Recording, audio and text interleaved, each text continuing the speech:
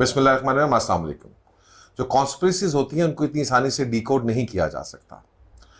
पाकिस्तान के अंदर भी आजकल इसी तरह की किसी कॉन्स्पिरेसी की बात हो रही है जिसमें हमारे मुल्क में एक रजीम चेंज हुई है। तो लिहाजा आज हम इसके बारे में बात करेंगे, क्या ये कॉन्स्पिरेसी है या it's just a chain of events जो ट्रिगर हुआ है over a period of years, और इसी चीज़ को हम लेकर डिस्कशन करेंगे and we will try to go कि इसके रूट कॉजेज क्या हैं, इसके प्रॉब्लम्स क्या हैं, ये ओरिजिनेट क्यों हुई हैं, क्या it's a general chain of events. So सबसे पहले बात करते हैं पाकिस्तान आर्मी की। पाकिस्तान आर्मी जो है वो पिछले 75 सालों से पाकिस्तान की सॉवरेनिटी की गारंटर है और एक स्ट्रॉन्ग पाकिस्तान आर्मी जो है वो पाकिस्तान के लिए इंतहाई ज़रूरी है। 1988 से लेकर 2022 तक टोटल 34 साल हुए हैं। उन 34 सालों के अंदर तकरीबन 21 साल जो है वो पीपल्स पार्टी और पाकिस्तान मुस्लिम लीग नून की गवर्नमेंट रही है। और ये पार्टी की गवर्नमेंट नहीं रही है, बेसिकली दो शख्सियात की गवर्नमेंट रही है। एक साइड के ऊपर भुट्टो फैमिली, दो फैमिलीज आप कह दें, और एक साइड पे शरीफ फैमिलीज। अगर आप 1988 के बाद देखें तो पाकिस्तान के अंदर फौज के बारे में कोई इतनी नफरत चीज़ें नहीं थी, बल्कि नवाज शरीफ साहब जो है वो ज़िया-उल हक के नाम के ऊपर 1997-98 तक वोट मांगते रहे। अगर आप उनकी तकरीरें उठा के देखें तो आपको ये चीज़ वाज़िया पता समझ में आ जाएगी। तो टेक्निकली मैं पाकिस्तान सोसाइटी को दो सेगमेंट्स में डिवाइड करना चाहता हूँ। एक सेगमेंट जो है वो एक पॉलिटिकल और करप्ट एलीट के पीछे खड़ा है, और दूसरा सेटअप जो है वो बेसिकली एक प्रोग्रेसिव पाकिस्तान चाहते हैं जिसके अंदर वो नॉन करप्ट लीडर्स को आगे लेकर आना चाहते हैं। यही वो लोग हैं, जब ये करप्ट पॉलिटिशियंस को देखते हैं तो ये बाज़-औक़ात मिलिट्री डिक्टेटर्स को भी सपोर्ट करते हैं और चाहते हैं कि जनाब उनमें से शायद कोई ऐसा लीडर निकल आए जो पाकिस्तान की किस्मत बदल दे। लिहाजा अगर हम इन दो सेगमेंट्स को देखें और इसको स्टडी करें तो हमें पता चलेगा कि पाकिस्तान में आज का ये जो डिवाइड क्रिएट हो रहा है ये क्यों हो रहा है। 1988 में जो है वो बेनज़ीर की गवर्नमेंट आती है, 2-2.5 साल के बाद वो गवर्नमेंट चेंज हो जाती है, दोबारा से नवाज शरीफ साहब की गवर्नमेंट आती है। दोबारा तो नहीं, पहली दफ़ा नवाज शरीफ साहब एज प्राइम मिनिस्टर आते हैं। फिर 2-2.5 साल के बाद इसी तरह से फिर उनकी गवर्नमेंट उतरती है और एस्टेब्लिशमेंट से डील करके बेनज़ीर भुट्टो साहबा दोबारा आ जाती हैं, फिर वो उतरती हैं और फिर नवाज शरीफ साहब आ जाते हैं, और फिर नवाज शरीफ साहब के आने के बाद 99 के अंदर कू होता है जिसमें मुशर्रफ साहब आ जाते हैं।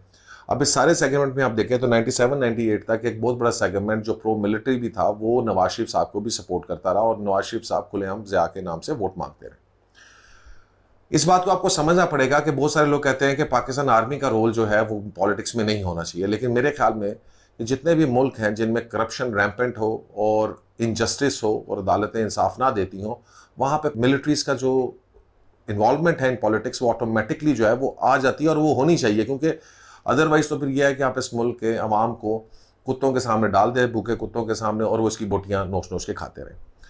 लिहाजा मुशर्रफ साहब आए तो इसी तबके ने जो बेसिकली पहले नवाज शरीफ साहब को सपोर्ट करता था, इसमें से बेतहाशा लोग जो हैं उन्होंने मुशर्रफ साहब को सपोर्ट किया। मुझे याद है कि उस टाइम के ऊपर अभी हम आर्मी में थे तो उस वक्त जो है जब मुशर्रफ साहब ने टेक ओवर किया तो उस वक्त हमें याद है कि जनाब उससे पहले पाकिस्तान ने एटमी धमाके भी किए, कारगिल का वाक़या भी हो चुका था, तो एक काफ़ी ज़्यादा सीरियस सूरत हाल थी। लेकिन मुशर्रफ गवर्नमेंट के चेंज होने के बाद जो एक मेजर चेंज आया कि बहुत सारे लोग जो नवाज शरीफ साहब के अब फॉलोअर बन चुके थे, उन लोगों ने जो है वो बेसिकली इस प्रो एस्टेब्लिशमेंट का साथ छोड़ा। हालांकि मुझे याद है कि लाहौर में उस वक्त जो है वो खुलेआम मिठाइयाँ बिकी और बहुत लोग खुश हुए। लोगों ने कहा शायद कि अब हमारी ये 11-12 सालों के बाद इन करप्ट पॉलिटिशियन से शायद जान छूट गई है और मुशर्रफ साहब शायद एक चेंज लेकर आएंगे। अनफॉर्चुनेटली मुशर्रफ साहब उस तरह से डिलीवर नहीं कर सके, और ये जो लोग थे ये काफ़ी हद तक नाला भी हुए, मुशर्रफ साहब से भी नाला हुए, और ये तबका जो एक सेगमेंट जो प्रोग्रेसिव पाकिस्तान चाहता था, जो प्रोग्रेसिव और करप्शन फ्री पाकिस्तान चाहता था, वो बड़ी हद तक खामोश है। उसके बाद 2008 आता है, बेनज़ीर साहिबा जो हैं वो उनका कत्ल हो जाता है इस्लामाबाद के अंदर, और उसके नतीजे के अंदर जो एक बहुत बड़ी प्रो डेमोक्रेटिक फोर्स समझी जाती थी या खातून समझी जाती थी, वो खातून पाकिस्तान के साथ वो काम करती है जो शायद कोई दुश्मन भी ना करे, यानी कि वो अपने बेटे को इनहेरिटेंस के अंदर एक पार्टी पूरी की पूरी पकड़ा जाती हैं। 19 साल बिलावल साहब की उस वक्त उम्र थी। तो एक तो इस तरह की डेमोक्रेसी के ऊपर ऑब्वियसली जब इस तरह की डेमोक्रेसी आप करेंगे, इस तरह की करप्शन आप करेंगे, तो फिर ये जो तबका है एक सर्टन एलिमेंट जो स्पेशली इसमें आप देखें तो प्रोग्रेसिव लोग ज़्यादा शामिल हैं, उनका आहिस्ता आहिस्ता इन पॉलिटिकल पार्टी से एतबार उठता गया। फिर पीपल्स पार्टी की गवर्नमेंट रहती है, धन नवाज शरीफ की गवर्नमेंट रहती है। हम एक बहुत मेजर चीज़ देखते हैं नवाज शरीफ साहब को जब 1999 में बाहर निकाला गया, उस 1999 से लेकर उसके बाद अगले 10, 15, 20 साल मीडिया भी आज़ाद हुआ, social networking I, social media आया, तो उसमें बेसिकली आर्मी के खिलाफ एक मेजर कैंपेनिंग की गई। बास करप्ट तरीन लोगों ने जो इस मुल्क के वजीर आजम रहे, उन्होंने इस तरह की बात है कि worst democracy is better than a good dictatorship, जो मेरे ख्याल में इंतहाई गलत है। मेरे ख्याल के अंदर अगर ये बात होती तो आज चाइना यहाँ पे तरक्की ना करता। अगर ये बात होती कि डिक्टेटरशिप्स बुरी हैं तो फिर रशिया जो है वो आज एक सुपर पावर ना होता। इसी तरह से और बहुत सारे मुल्क आप गल्फ में देखेंगे जहाँ पे बादशाहते भी हैं, लेकिन अगर वो बादशाह जो है वो अपनी राया के और अवाम का ख्याल रखते हैं और अपने मुल्क से करप्शन को दूर रखते हैं तो वो मुल्क तरक्की करते हैं। तो मेरे ख्याल में ये एक प्री प्लान तरीके के साथ दोनों पार्टियों ने, जिसमें चार्ट ऑफ डेमोक्रेसी भी किया गया कि हम पाकिस्तान को जो है वो मिल के, चूँकि अब हम आज़ाद करते हैं पाकिस्तान को इन प्रोग्रेसिव लोगों से, ताकि हमें खुलेआम छूट मिल सके कि हम जो भी करप्शन करना चाहें वो करें, हमारी दोनों फैमिलीज जो हैं वो बारियां आपस में बांट लें। लेकिन होता क्या है, होता कुछ डिफरेंट है। जो अल्लाह ताला को मंजूर है वही होना होता है। और Imran Khan as a hope come जो है वो पाकिस्तान की पॉलिटिक्स में एंट्री कर चुके होते हैं, लेकिन अभी तक उनकी इतनी पॉपुलैरिटी नहीं है। लेकिन जब लोग जो हैं वो देखते हैं कि पाकिस्तान की जो फौज है वो बेसिकली पॉलिटिक्स से, फ्रंट पॉलिटिक्स से पीछे चल जाना चाहती है, वो एक्टिवली पॉलिटिक्स में नहीं आना चाहती उस तरीके से, तो इमरान खान साहब वो जगह ले लेते हैं। और ये मैं समझूंगा कि इमरान खान की ये बसीरत थी कि उन्होंने ये देख लिया कि इस मुल्क में एक स्पेस गैप क्रिएट हो रहा है और ये स्पेस और गैप को कवर करने के लिए वो उस जगह के ऊपर आए। बहुत सारे लोग कहते हैं कि ये इमरान खान साहब ने जो है वो ये हालातों वाक़यात बनाए हैं और इस तरह से लोगों को जो है वो उनकी माइंड सेट डेवलप किए हैं, चीज़ें की। मेरे ख्याल में ये बात ऐसे नहीं है। होता ये है कि जो बड़े लीडर होते हैं वो लोगों के इरादों को भांप जाते हैं और वो क्या करते हैं कि वो उस वेव के ऊपर राइड करते हैं। इमरान खान ने भी यही कुछ किया। उन्होंने लोगों का इरादा देखा, उन्होंने देखा कि लोग करप्ट पॉलिटिशियन से तंग आ रहे हैं, बार बार वही चेहरे, तीसरी दफ़ा पीपल्स पार्टी की गवर्नमेंट, वही हरकतें, वही करप्ट लोग, वही करप्शन के अफसाने। तो इमरान ने उस वेव को राइड किया और जब उस वेव को राइड किया तो तमाम लोग जो पहले टेक्निकली पाकिस्तान आर्मी को सपोर्ट करते थे या करप्शन फ्री लोगों को सपोर्ट करते थे, वो लोग भी जो है जिसमें ज़्यादा तबका बड़े पढ़े लिखे लोगों का था वो इमरान की साइड पे हो गए। 2013 के इलेक्शंस होते हैं और इमरान को फिर सीटें नहीं मिलती एंड नून लीग की गवर्नमेंट आ जाती है। अब ये अगले 5 साल बड़े डिसाइसिव थे क्योंकि पहले लोगों ने 5 साल मौका दिया पीपल्स पार्टी को, फिर 5 साल मौका दिया नवाज शरीफ गवर्नमेंट को, और इसमें भी आपके सामने ही सारे हालात वाक़यात होते हैं। अगेन कोई डिलीवरी नाम की चीज़ नहीं होती, पाकिस्तान कर्जे में दबता जाता है, करप्शन जो है हर जगह पे ऊपर होती है, आपको हर जगह पे नज़र आ रहा है कि जी वीआईपी कल्चर डेवलप हो रहा है। तो अल्टीमेटली लोगों के सेंटीमेंट्स और चीज़ें वो जो हैं बजाय फौज की तरफ आप देखने के, उनके पास एक तीसरा ऑप्शन उनको मिल गया and the third option was Imran Khan. 2018 के इलेक्शन के नतीजे में इमरान खान साहब पावर में आते हैं, एस्टैब्लिशमेंट भी उनको सपोर्ट करना शुरू कर देती है। और ये पिछले 10 सालों के अंदर एक जो बड़ी अच्छी बात होती है कि जो एस्टैब्लिशमेंट के बारे में एक नेगेटिव प्रोपेगेंडा किया जाता रहा, डिक्टेटर्स को जो है, जिन डिक्टेटर्स को पहले आप पूछते थे उन डिक्टेटर्स को गालियां देने शुरू कर दी गई। जिन डिक्टेटर्स ने इनको बनाया पीपल्स पार्टी को, जिन डिक्टेटर ने नवाज शरीफ साहब को बनाया, उन सबको जो है अब यही लोग बैठ के बुरा भला कहना शुरू हो गए। और ये एक प्लान्ड तरीके के साथ आर्मी को और मिलिट्री का रास्ता आइंदा से रोकने के लिए एक सेंटीमेंट क्रिएट किया गया और इमरान ने आके उस सेंटीमेंट को टेक ओवर किया। और लोगों को, चूंकि ये लोग जो बैठे हुए सुन रहे थे कि जी कि ये worst democracy is better than a good dictatorship वाली जो एक आइडिया था या आइडियोलॉजी थी, वो मीडिया ने उसको इनग्रेन कर दिया हमारे आम आदमी के ऊपर।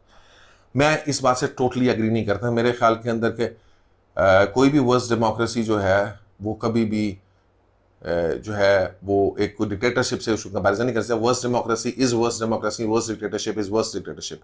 पाकिस्तान का जो मसला ये रहा है वो ये रहा है कि ना तो हमें अच्छे डेमोक्रेटिक लीडर्स मिले हैं, ना ही हमें अच्छे डिक्टेटर्स मिले हैं। और अगर हमें लीडरशिप कहीं से भी मिल जाए तो पाकिस्तान बिल्कुल तरक्की कर सकता है। उसके बाद की सारी कहानी आपको पता है, एक पूरी रजीम चेंज का काम किया जाता है। अब ये क्यों किया, क्या किया गया, मैं इसकी डिस्कशन में नहीं जाना चाहूँगा। क्या इसके पीछे लवाजमत हो सकते हैं, शायद आज हमें चीज़ें क्लियर नहीं हैं। लेकिन जो मेरी सारी बात कहने का तरीक़ेकार है कि इस कॉन्स्पिरेसी के और इस रजीम चेंज के बाद क्या हुआ। इस रजीम चेंज के बाद जो मेरे ख्याल के अंदर बहुत सारे लोग इमरान खान को एक मेन टारगेट डिक्लेयर कर रहे हैं इस कॉन्स्पिरेसी का। मेरे ख्याल में इमरान खान के साहब के अलावा इस कॉन्स्पिरेसी का जो मेन टारगेट था वो पाकिस्तान की इस्टेब्लिशमेंट, पाकिस्तान की मिलिट्री थी। क्योंकि अब ये जो आखिरी सेगमेंट बचा था, जो एक करप्शन फ्री पाकिस्तान चाहता है, वो सेगमेंट जो पाकिस्तान की मिलिट्री इस्टेब्लिशमेंट को मेमो गेट पे डिफेंड करता रहा, डॉन लीक्स पे डिफेंड करता रहा, वो 20 साल से 25 साल से हमेशा से एक पाकिस्तान फौज की कोशिशों का, उसकी जो बहादुरी है, उसका जो कुर्बानियां हैं, उनका एतराफ़ वो करता रहा, उसको ज़ुबान मिल गई थी और उनको ज़ुबान देने वाला और कोई नहीं, इमरान खान था।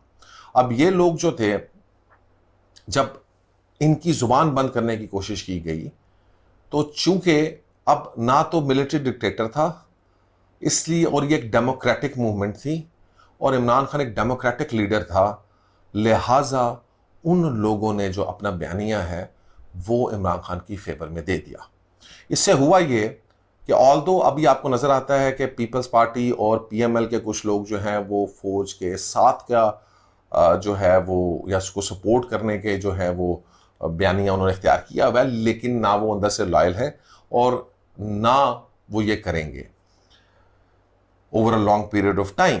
और असल जो पाकिस्तान फौज के सपोर्टर या एस्टेब्लिशमेंट के सपोर्टर लोग थे, जो एस्टेब्लिशमेंट को एक अच्छा एक रोल समझते हैं, समझते हैं कि ये बेसिकली हमारा सेवियर है फ्रॉम ये करप्ट माफिया से।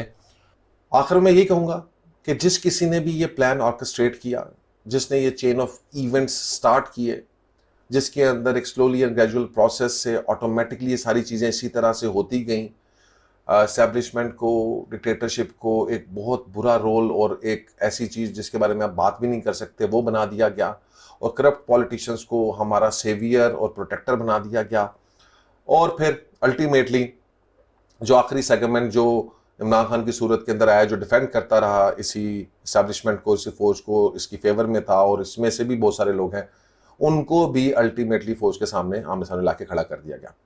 अब इसकी 2-3 पॉसिबिलिटीज हो सकती हैं। एक पॉसिबिलिटीज ये हो सकती है कि तजातुम की तरफ जाए और यही जो सेगमेंट है प्रोग्रेसिव पाकिस्तान का, इसी को जो है वो एस्टेब्लिशमेंट के साथ ही लड़वा दिया जाए, और उसके सिलसिले में जब ये सारी डस्ट सेटल डाउन हो तो हमारे पास सिर्फ और सिर्फ पीछे बचे करप्ट पॉलिटिकल माफियाज, जिनको फिर कोई रोकने वाला नहीं होगा इस मुल्क के अंदर। बहरहाल आगे दूसरी पॉसिबिलिटीज भी हैं कि शायद चीज़ें ऐसी नहीं हैं जैसा हम और आप समझ रहे हैं। शायद जो लोग इस मुल्क को 75 सालों से बचा रहे हैं उनको ये सब कुछ इल्म में है। इसी वजह से मरियम नवाज को अभी तक अपना पासपोर्ट नहीं मिला, और शायद इसी वजह से नवाज शरीफ साहब को भी शायद कुछ पता है और वो पाकिस्तान नहीं आ रहे हैं। लिहाजा अपनी फौज के ऊपर, अपनी इस्टेब्लिशमेंट के ऊपर, अपनी एजेंसियों के ऊपर पूरा इत्मीनान रखें। ये हमारी लड़ाई ज़रूर है, हम इसको पॉलिटिकली लड़ना भी चाहते हैं, हम इसको पॉलिटिकली जो है, जो हमारा राइट है डेमोक्रेटिक, हम उसके मुताबिक अपनी राइट भी फाइट करेंगे। हमारा कोई वक्ती तौर के ऊपर इख्तलाफ हो भी सकता है कुछ इस्टेब्लिशमेंट की पॉलिसीज़ के साथ, लेकिन आप लोगों ने एक बात नहीं भूलनी कि ये हम एक ही फैमिली हैं, हम एक ही घर में रहते हैं। हमारे किसी सेगमेंट को नुकसान होगा तो वो हमारे घर को नुकसान होगा। और अगर पाकिस्तान की सलामती की बात आएगी तो तमाम पाकिस्तानी, जिसमें पीटीआई के सपोर्टर्स, जिसमें पीएमएल के सपोर्टर्स, जिसमें पीपल्स पार्टी के सपोर्टर्स, ये तमाम लोग जो हैं ये यकजान होकर एक फौज के पीछे एक जान की तरह खड़े हो जाएंगे। बहुत बहुत शुक्रिया और अल्लाह हाफ़िज़।